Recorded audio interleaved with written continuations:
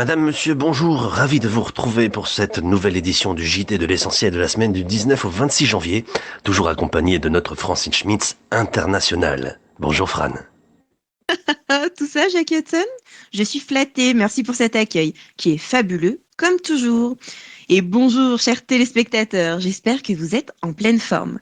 Nous vous retrouvons aujourd'hui pour votre rendez-vous hebdomadaire qui reprend les faits les plus marquants de l'actualité. Passons maintenant au titre de ce journal. Plusieurs faits divers ont marqué notre ville comme chaque semaine. Tout d'abord, un braquage de banque insolite s'est tenu sur la Grette. Allons-nous vers une nouvelle guerre de gangs? Nous parlerons aussi politique, encore un peu, car la campagne gouvernementale a battu son plein et nous avons pu poser quelques questions au parti BAT.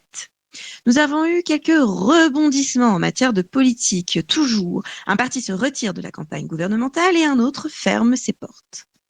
Trafic, à présent. Certains radars ont changé de place en ville.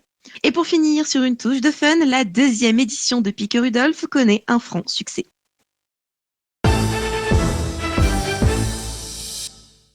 Commençons par un fait divers, un braquage de banque insolite sur la Grette. Mercredi dernier, la banque de la Great a connu un braquage un peu inédit. 4 braqueurs du groupe de la Mano, vêtus de tenues hazmat, ont pris en otage pas moins de 9 personnes, de quoi négocier beaucoup de choses avec les forces de l'ordre. Malheureusement pour eux, les 4 individus seront appréhendés immédiatement à leur sortie, alors qu'ils s'apprêtaient à partir en course-poursuite. Un accord sera trouvé avec le LSPD. Pour terminer avec les faits divers, cette semaine a connu plusieurs affrontements entre deux gangs. En effet, un nouveau conflit éclate entre les Southland et les Ballas dans le quartier de Fudge Lane. Une première fusillade s'est déroulée samedi 25 janvier qui se terminera par 4 blessés pour lesquels 2 ambulances ont été appelées. Ce n'était qu'un avant-goût de ce qui se profile puisque le lendemain, la fusillade fera plus de dégâts. 10 à 12 blessés sont à déplorer tandis que le LSPD saisira 25 armes dont 5 de catégorie 3. Parlons politique à présent. Concernant les gouvernementales, nous avons pu poser quelques questions au parti BAT. Alors que les élections touchent à leur fin, nous avons pu poser plusieurs questions au parti BAT lors d'une session de questions-réponses sur la scène du parvis du gouvernement. Vous pouvez comme d'habitude retrouver la rediffusion de cet échange sur nos différents canaux. Toujours concernant la politique, un des partis se retire de la campagne et un autre de la vie politique. Eh oui, ça bouge en politique.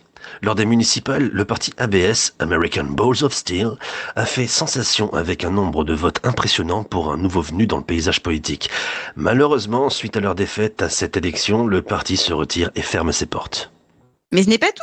Pour les gouvernementales, c'est le Parti communiste qui se retire de la campagne, faute de programme et n'ayant pas mesuré l'investissement dont il faut faire preuve pour se tenir au gouvernement.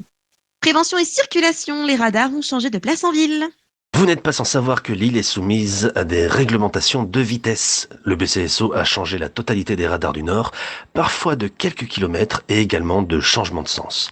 Quant au LSPD, ils ne se sont occupés que de quelques radars au sud.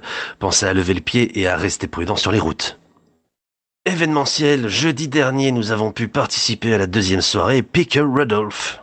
Il y a du soleil et des Rudolph avec le Yellow Jack. Malgré la fonte des neiges et fort du succès de la première édition, le Yellow a tenu à organiser la deuxième édition de leur événement Pique Rudolph.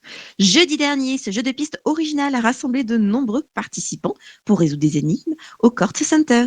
Retrouvez cette brève signée Peter O'Connor sur notre site.